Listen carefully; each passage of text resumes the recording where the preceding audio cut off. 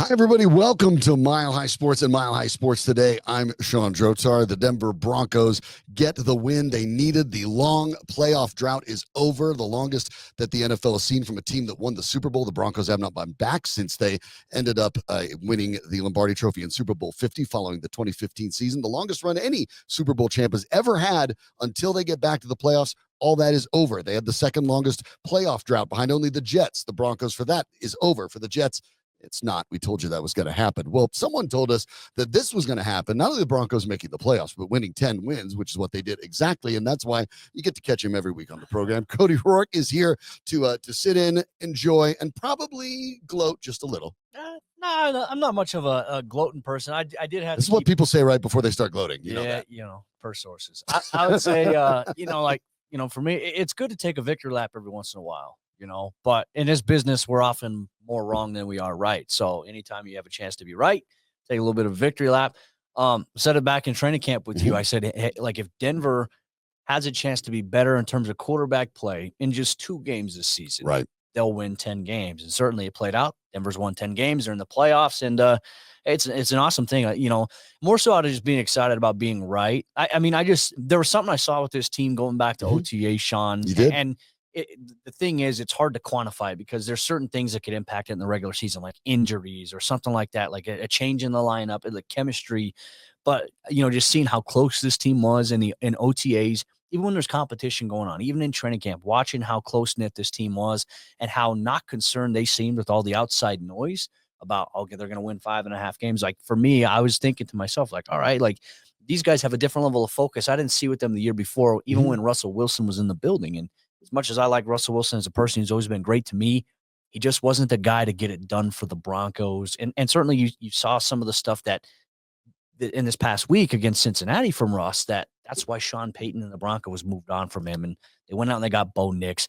And seeing Bo's level of maturity, that to me is something that stood on. I said, hey, this is a team that can win 10 games this year. And certainly they did just that. Yeah, and obviously, like Deion Sanders up in Boulder, we keep receipts here too. And from back in training camp, when you and I sat in the tent just outside the practice field, this was Cody having an opportunity to tell you specifically about what he thought would happen. If Denver is just maybe even in 2 games better with their quarterback play and efficiency, they will win 10 games this year, in my opinion. I don't see them being worse than what they were last year. So for me, I think a lot is riding on it. Is Bo going to maybe start right away? Maybe, maybe not. But then if Stidham gets to start, there's so much pressure on him on a weekly basis because the moment the offense sputters out or goes 3 and out, 2 times in a row, the fan base is going to get a little uneasy, right? And I don't know if Sean wants that. So I think even if it's close, it goes to Bo.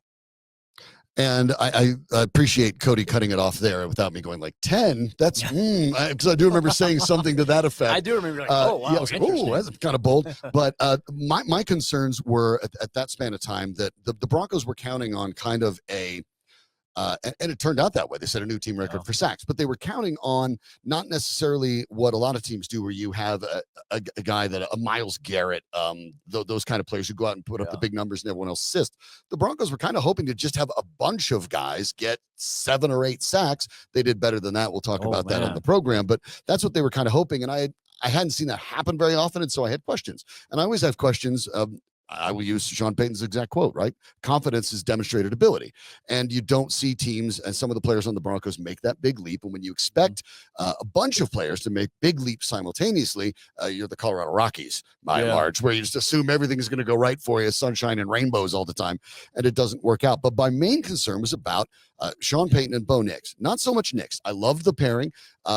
Much like you, way before even the pre-draft process, when all the noise was going on about other people, I was sitting here in this program and saying they want Bo Nix. Yep. They will pick Bo Nix, even if they pick 2nd overall. They're going to pick Bo Nix. Yep. And all the noise about McCarthy, I said, forget it. They're not going to do that. Bo Nix is the fit because, again, in the NFL, so much of it is about fit. And we look not only at Nix, but look around the league. Look at Sam Darnold with the Vikings. Look at Jared Goff with the Lions in that epic matchup. These are guys that were cast-offs from their team. And here they are, with some of the best teams in the league. And that happens a lot. So it's fit. It's coach and quarterback. Prior to Bo Nix's start as the opener, and you and I were consistent, Bo Nix will start. Bo Nix will start day 1. Bo Nix will be the starter all year. We had never seen Sean Payton coach a rookie quarterback. No. He'd only started a rookie quarterback for one game in his entire coaching career. Ian Book, the third rounder out of Notre Dame, he started one game. It was a disaster. And that's the only time Sean Payton's ever coached a rookie quarterback. So again, by Payton's own definition, confidence is demonstrated ability. Payton had not demonstrated that ability, so he didn't have confidence in it. But I think the wonderful thing for Broncos fans is all of these questions got answered. This defense with only one first-round pick among its starters in Pat Surtain, who is now the likely defensive player of the year. Yeah. An extraordinary defense that performed with maybe a couple in the last month, some blips, but on the whole, a tremendous year defensively. And then Bo Nix, I think, exceeds every expectation. We went back and made picks in our in the magazine you see right above us there. We had our Knicks picks, you and I and Doug Ottewill and Dan Mormon and unsolicited Knicks picks. Yeah, and we did pretty good with most of those. You and I think, were the closest in general with it. You were a little aggressive on the picks when you said he'd throw 25 touchdowns to 4 picks. Yeah. Hey, that one I seemed just a based little that out off there. of what he did at college at Oregon. Yeah, I said he'd throw 11 picks. He threw 12. He Yeah. beat us both on the interceptions. You were off by about 250 yards. I was amazingly off by 18 yards on the year. So we had a pretty good idea of what Nix would do in this offense with the pairing. And to see it all come together, especially so spectacularly yesterday. And I know that, yes, they were playing against primarily back 13 starters sat for the Chiefs. The Chiefs did not care about that game. And they did not care about it for 2 reasons. First, and the main one, they don't want injuries to their key players, obviously. But the second one that is probably real, the NFL reseeds. Bills versus Bengals. The Chiefs kind of didn't want either one of those teams. The Bengals, the only team that Patrick Mahomes does not have a winning record against in his career. So they didn't want the Bengals either. They wanted to shut them out and they could kill 2 birds with 1 stone, and that's what they did. But they didn't roll over. No. The Broncos did what they were supposed to do. They came in ready to play in a game they needed to win, and that was shown from the get-go. Yeah, no. Hey, look at me here very, very closely, folks. All right, for all you little people on Blue Sky, Twitter, Threads, crying, oh, the Chiefs, they just wanted to roll over just so the Bengals didn't have to get in. Here's the deal. When you have 1 loss on the season, you clinch the number 1 seed, and your goal is to ultimately win a Super Bowl. And you've won back-to-back Super Bowls and played more football than anybody over the last 2 seasons. You want to go seasons. back-to-back Super Bowls at this point. You rest your starters. I mean, that's the practice that most people do. They rest their starters. Look at the Buffalo Bills. They rested their starters against the New England Patriots. And, it's like, all right, hey, you got to go out there. And for the Broncos, it doesn't matter. Like they approach like, it doesn't matter if it's the starters. It doesn't matter if it's the backups. Our goal here, we have to win to get to the playoffs. That was an elimination game. So people are mad like at that, like Denver did exactly what they should have done. But here's the thing. Like if Denver would have struggled against Carson Wentz and the Chiefs backups, you see the amount of narratives that would be created from that. Denver came out, their mission was, we need to come out here, put the pedal to the metal from start to finish. They did just that. That's the mark of a team that I think is a good team. That's the mark of a team that is focused. And for what Bo Nix was able to do on Sunday, to go 26 of 29 passing, and at one point be 18 of 18 passing with 3 touchdowns, that's hard to do whether you're going against starters or backups. And we're not just talking about Bo just throwing off a couple of dump offs. We're talking Bo had some downfield shots, 2 to Cortland Sutton, 1 to Devon Vele. It was impressive what we saw from Bo and just how he played. He looked like he was in total command of it. And the Broncos took care of business the way that they should have. And they should have done that 2 weeks ago against Cincinnati and against the Chargers. But you know what? The only opportunity they had to do it was week 18 against the Chiefs. So if you're mad about that, if you're a Bengals fan, you're crying, and you need to mop up all your tears, you should have beat the New England Patriots week 1. I couldn't even complain about it. Like, I would have won $60,000 if the Bengals would have done that, because I would have had a perfect 15 parlay pick. Parlay, go green. So Cincinnati, you want to cry about that? That's karma. Enjoy it. And you know what? Like, the Bengals are very, very good. The Broncos are going to play them here in Denver next season because of 3rd place finish.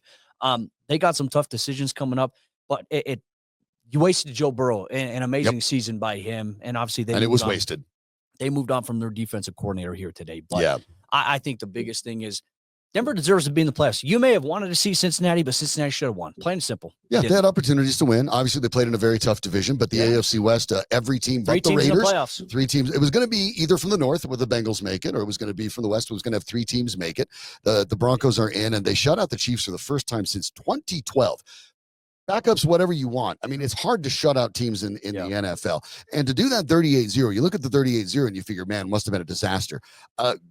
The Chiefs, when you're looking at the the turnovers. They had none. None. They fumbled twice, but they recovered them both. Wentz didn't throw a pick. There were no turnovers in this game. 98 total yards of offense. Yeah, and the Broncos scored on 7 of 9 drives with Nix at the helm. So, I mean, you got everything you wanted. You talked about the receivers, 4 different receivers, Sutton, Mims, Vele, and Javonte Williams, with receptions of 25 yards or further. Yeah. So a little bit more of the deep game coming into play for Cortland Sutton, especially impactful. If you were listening to Nate and I on Friday when we said the very best bet in all of football, it was we went to our friends at FanDuel. They sold Cortland Sutton at an over of 76 yards. We knew he needed 82 to get $2 million. And both Nate and I were like, you can smash the over for entertainment purposes only. I get it. You Knowing know, what don't we know put the about farm, Sean but Payton, Sean loves to get his players incentives. Like we even went back a couple years ago at Radio Row Super Bowl. But like I Emmanuel took my Sanders was telling us about my unit limit and threw that right out the window. I felt that was as safe as it got, and he got it by the first half. So an extra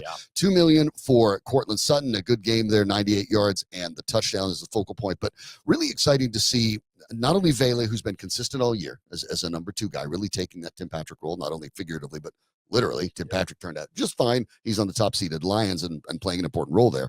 But Vele continued to kind of chug things out. Marvin Mims in the last half of this season has finally developed into the threat the Broncos have wanted. They finally, and some of this is on Mims, some of this is on Nix, some of this is on Sean Payton, who could not figure this out last year with Russell Wilson, despite Wilson being a notorious deep ball guy.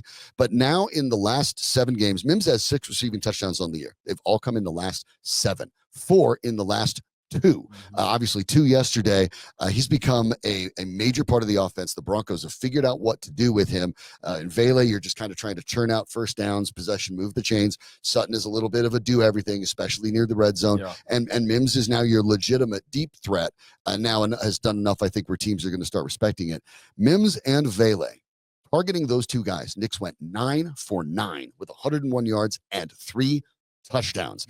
That is going to diversify your offense and keep people off of Cortland Sutton. If they could ever get a running game going, you're really onto something. Yeah, look, and the key for the Broncos offense, and specifically for the wide receivers for Marvin Mims, what we have seen is it's what happens when you're patient with the development of a player, right? You know, ideally when you have a vision for a player, like when you look at what Marvin was able to do at Oklahoma, he averaged somewhere between like 19.5 or 21.5 yards per catch at Oklahoma.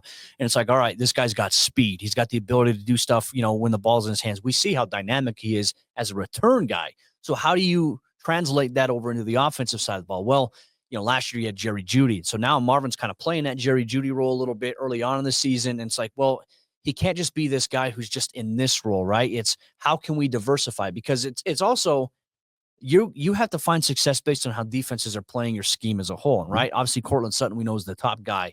So what we start to see from teams playing Cortland Sutton, you're seeing a lot more bump and run. You're seeing a lot more press coverage, outside leverage from the corners with the safety lurking over the top of wherever Cortland Sutton is. And so that's why it's good to be able to move guys around, to move Cortland around. But now it's like, hey, we're going to put Marvin in the slot. We're going to put Marvin on the outside. We're going to motion Marvin. Oh, we're also going to put Marvin in the backfield, because now often at times in today's NFL, or the 2 high shell, you're not necessarily seeing a lot of corner guys, guard guys, or even like you're not even seeing safeties normally guard running backs out of the backfield. When you're running man coverage, it's inside linebackers who have man coverage responsibility 9 times out of 10 on a tailback who's lined up in the backfield. So when you can get Marvin in that role there, that right there is where things have opened up for him. And certainly it's because of that. Now teams are starting to cheat. I think that they still have so much more potential here with this offense, not only just with guys like Marvin Mims, with Devon Vele. I even think still with Troy Franklin, there's some pieces that are developing. So Broncos country, be patient here with Troy. There are things that he's doing. Even we saw it in the Kansas City game. Just throw him some short stuff. It doesn't always have to be the deep ball for Troy. And I think that's something they tried to do with Marvin a little bit too much last year. Just try to get a guy like Troy Franklin the ball in space, short to intermediate. The deep stuff will come. Teams are scared of the speed there. But when you factor in Marvin and Troy at the same exact time, both guys with the legit speed that they have, the Broncos have pieces and ingredients on this offense that haven't been fully added into the mix quite yet to make the full-on recipe. That stuff will come. We've seen the patience and the development with Marvin Mims. Do the same thing here with Troy Franklin. The Broncos have a plan here, and those 2 guys are going to be a big part of it going forward in terms of playmaking, and it's going to open things up for Bo Nix even more. But to your point, as what you said, Sean, the run game has to be a consistent emphasis for them. They were able to chunk off some big runs yesterday, but overall, you take away what Bo Nix was able to do with his legs on the ground, 47 rushing yards on 7 attempts.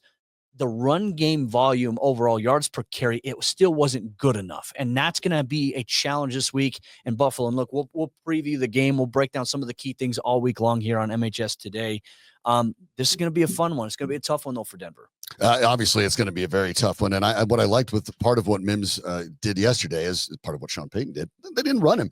I get the idea that the Mims on the sweeps is kind of a fun idea. Of course, the Broncos tried that with Jerry Jeudy multiple times last year, and it felt like an automatic loss of 4 yards. Pat Shurmur, was it Pat Shurmur that did it with Noah Fant, or yes. was that Rich Scangarello? I think it could have been both. It could have been both. But in those first 4, just for this idea, right? It hasn't worked out. The first 4 carries for Marvin Mims, he got 34 yards in total. Yeah. The next 9, the most recent 9 prior to this game, 8 total yards.